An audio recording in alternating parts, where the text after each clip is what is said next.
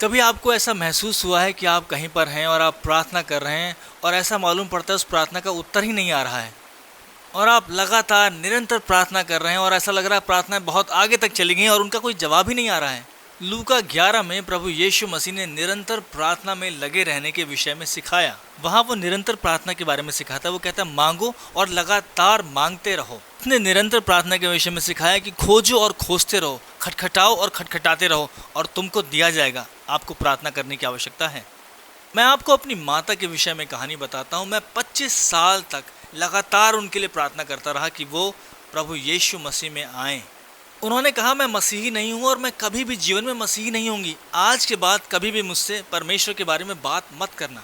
ऐसी परिस्थिति में आपको क्या करना चाहिए जब आप अपनी खुद की माँ से परमेश्वर के बारे में बात नहीं कर सकते हैं? मैं बताता हूँ मैंने क्या किया। मैंने परमेश्वर से अपनी माता के विषय में बात करी। परमेश्वर ने 25 सालों तक निरंतर मेरी माँ के जीवन में काम किया। ये लंबा समय था और कई बार मुझे लगता था कि बस अब छोड़ ही दो, लेकिन परमेश्वर की आत्मा ने कहा निरंतर लगे रहो।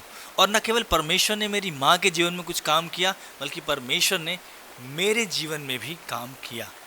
प्रार्थना में लगे रहने का उद्देश्य यह नहीं है कि परमेश्वर के मन को बदले, बल्कि हमारे जीवन को बदले।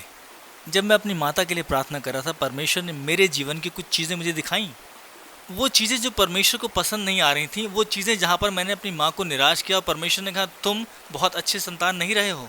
मैंने अपनी माँ को फ़ोन किया। मैंने उनसे कहा मुझे क्षमा कर दें, और ये अच्छी शुरुआत थी। लेकिन देखिए, तुरंत मेरी माँ उसी समय प्रभु में नहीं आ गई और काफ़ी परिवर्तन आया। अब वो मुझे यीशु के बारे में बात करने देती थी और हम दोनों के संबंध सुधरे। परमेश्वर ने हमारे रिश्ते के बीच में काम किया।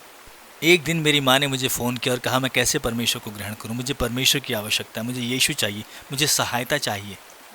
मैंने उसी समय अपनी माँ के साथ फ़ोन पे प्रार्थना करी। उन्होंने अपना हृदय यीशु को दे दिया। ओह, 25 साल तक निरंतर प्रार्थना का परिणाम। यीशु ने कहा मांगो और निरंतर मांगते रहो, ढूंढो और निरंतर ढूंढते रहो, खटखटाओ और निरंतर खटखटाते रहो और आपके लिए दरवाज़ा खोला जाएगा। निराश ना हो, निरंतर प्रार्थना करते रहें। परमेश्वर आपको बदलेगा और परमेश्वर उस व्यक्ति को भी बदलेगा जिसके लिए आप प्रार्थना कर रहे हैं।